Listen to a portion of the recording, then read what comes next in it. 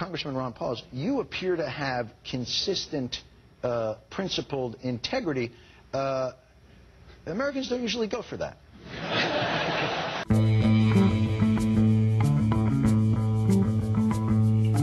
How are you going to stand out tonight? Well, I guess just telling the truth like I did last time.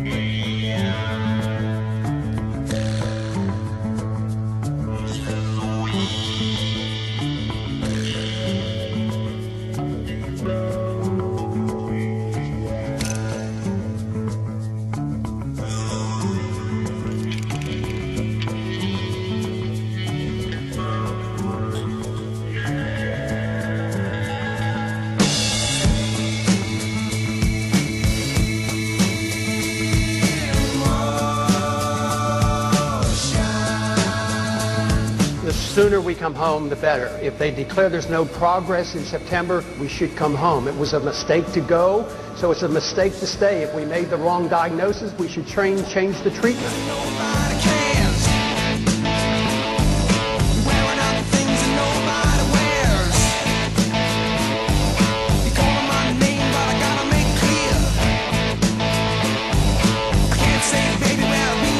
The biggest incentive for them to take upon themselves the responsibility is just for us to leave. We don't need to lose 100 men and women every month who want it done. You want them to take over, you've got to give them an incentive.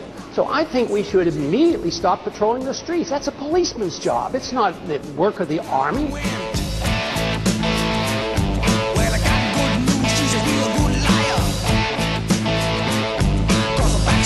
And now we are fighting a war, and our foreign operations around the world to maintain our empire is now approaching $1 trillion a year. That's where the money's going, and that's where it has to be cut so we can take care of education and medical cares that are needed here in this country.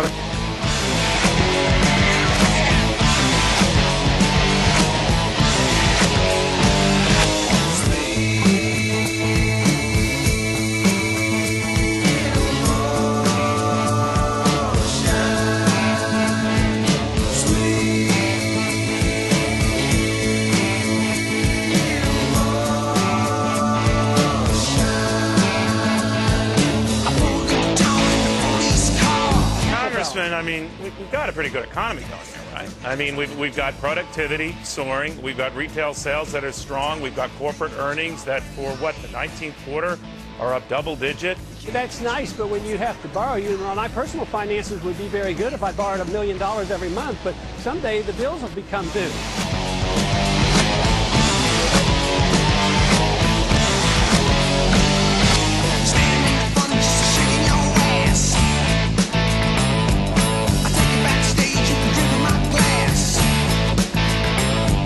And border security is important. And we've talked about amnesty, which I'm positively opposed to. But one thing that has not been mentioned here, which I think is very, very important, if you subsidize something, you get more of it. So we subsidize illegal immigration. We reward it by easy citizenship, either birthright or amnesty. But we force our states and our local communities to pay for the health care and pay for the education. But if we had a truly free market economy, the illegal immigrants would not be the scapegoat. We would probably need them and they would be acceptable. But because of economic conditions, they have become the scapegoat.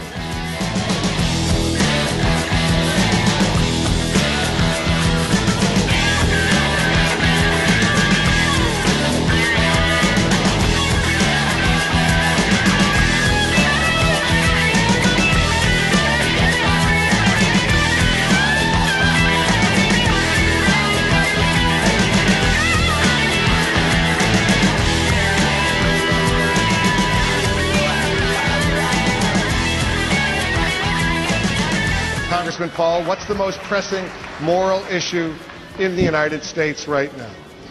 I think it is the acceptance just recently that we now promote preemptive war. I do not believe that's part of the American tradition. We in the past have always declared war in the defense of our liberties or go to aid somebody. But now we have accepted the principle of preemptive war. We have rejected the just war theory of Christianity. And now, tonight we hear that we're not even willing to remove from the table a preemptive nuclear strike against the country that has done no harm to us directly and is no threat to our national security. I mean, we have to come to our senses about this issue of war and preemption and go back to traditions and our Constitution and defend our liberties and defend our rights, but not to think that we can change the world by force of arms and to start war. We succumb to the temptation to protect oil interests by literally going out and fighting wars over oil. We have a lot of goodness in this country and we should promote it, but never through the barrel of a gun. We should do it by setting good standards, motivating people, and have them want to emulate us. But you can't enforce our goodness like the neocons preach with an armed force. It doesn't work. Woodrow Wilson was telling us about that in promoting democracy a long time ago. It doesn't work, and we have to admit it.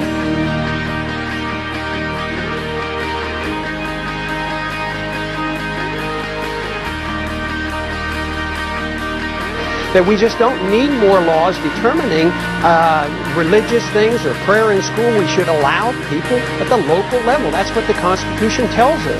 We don't need somebody in Washington telling us what we can do because we don't have perfect knowledge.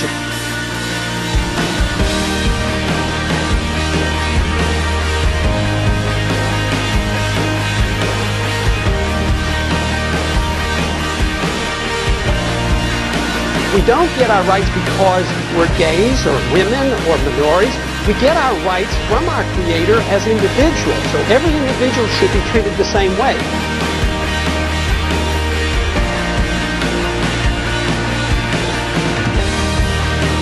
See a stream down your face when you lose something you cannot replace. If America was a smarter country, wouldn't you be leading in the polls? I would introduce this novel idea that we ought to follow the Constitution. There are still a few Americans that believe in it. A humble foreign policy, no nation building, don't police the world. The purpose of government is to protect the secrecy and the privacy of all individuals, not the secrecy of government.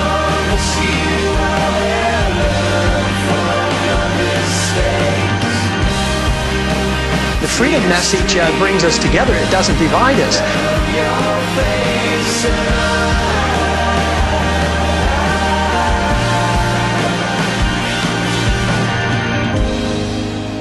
Lights will guide you home and ignite